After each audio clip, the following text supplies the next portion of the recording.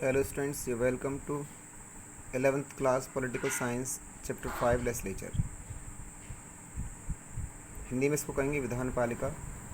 और पिछले हमने क्लास में पढ़ा था unicameral legislature and bicameral legislature के बारे में। तो यूनिकैमरल लेजिस्लेचर होती है तब जब लेजिस्लेचर का एक हाउस होता है तो वो कहलाती है यूनिकैमरल लेजिस्लेचर। और जब लेजिस्लेचर के टू हाउसेस होते हैं तो उसको बोलते हैं बाइकैमरल लेजिस्लेचर। इसके अलावा हमने पढ़ा था नीड ऑफ पार्लियामेंट के बारे में पढ़ा था और why do we need bicameral legislature, ये हमने कल रीड किया था। आज हम रीड कर रहे हैं powers of Lok Sabha. They are two houses of parliament, Lok Sabha and Rajya Sabha. Lok Sabha is also known as the house of people और it is also known as the lower house.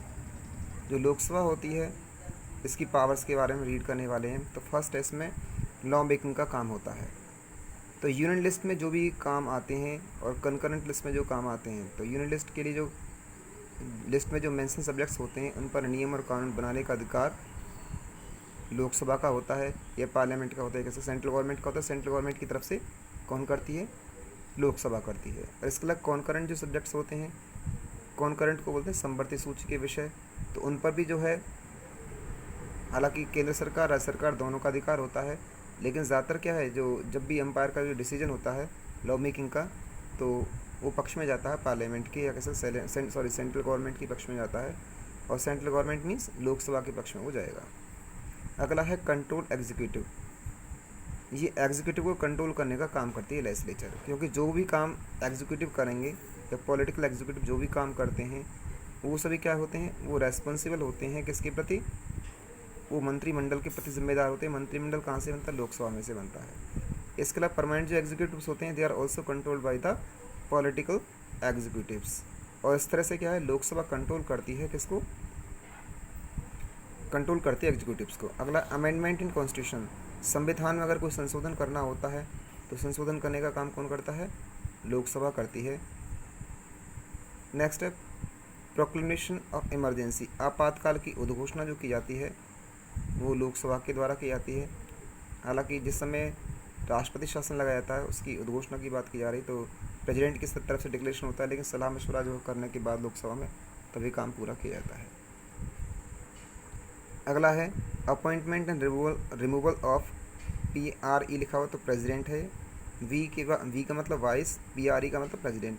तो प्रेसिडेंट, वाइस प्रेसिडेंट, SC का मतलब सुप्रीम कोर्ट एंड HC का मतलब high court के जो जज होते हैं उनकी जो अपॉइंटमेंट्स होती हैं और उनकी अपॉइंटमेंट्स होती हैं वो लोकसभा के द्वारा की जाती हैं।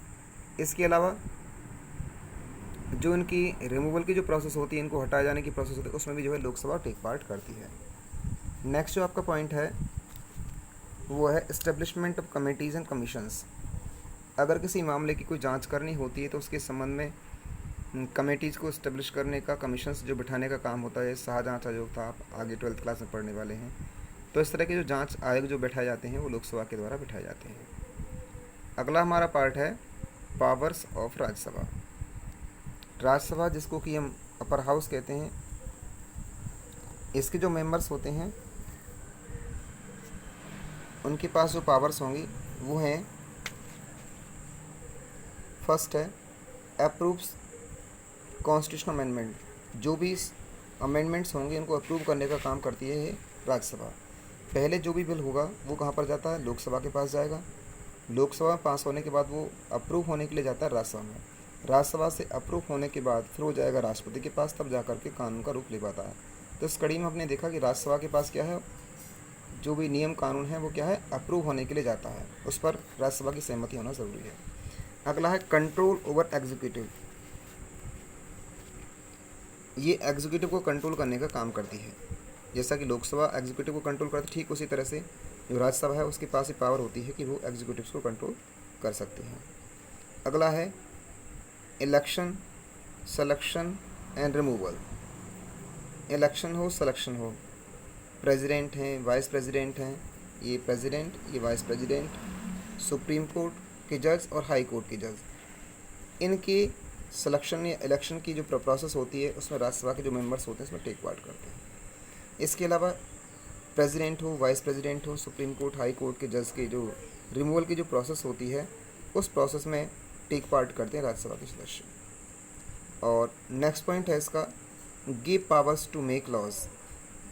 यह कानून बनाने की शक्ति भी जो है इसके पास होती है। जैसा कि हमने ऊपर देखा कि जो नियम कानून है वो पहले लोकसभा के पास जाएगा, लोकसभा के पास जाने के पास राज्यसभा के पास वो जो है कानून आएगा सहमति होने के लिए, अप्रूव होने के लिए। इस तरह से इसके पास क्या पावर होती है लॉ मेकिंग की। अगला amendment to money bills. Money bill की अमेंडमेंट की पावर इसके पास होती है। अगर धन विधेयक में ये कोई सुधार करना चाहती है तो इसके संबंध के सुधार का इसके पास ऑप्शन होता है, तो धन विधेयक को जो है इसमें सुधार कर सकती है ये राज्यसभा। तो आज के लिए इतना ही, धन्यवाद। तो आज के लिए आपको बताना है कमेंट बॉक्स में लिख करके कि लोकसभा के मेंबर्स की संख्या कितनी होती है तथा जो इमरजेंसी लगाई जाती है वो कौन कौन से आर्टिकल्स के तहत लगाई जाती है।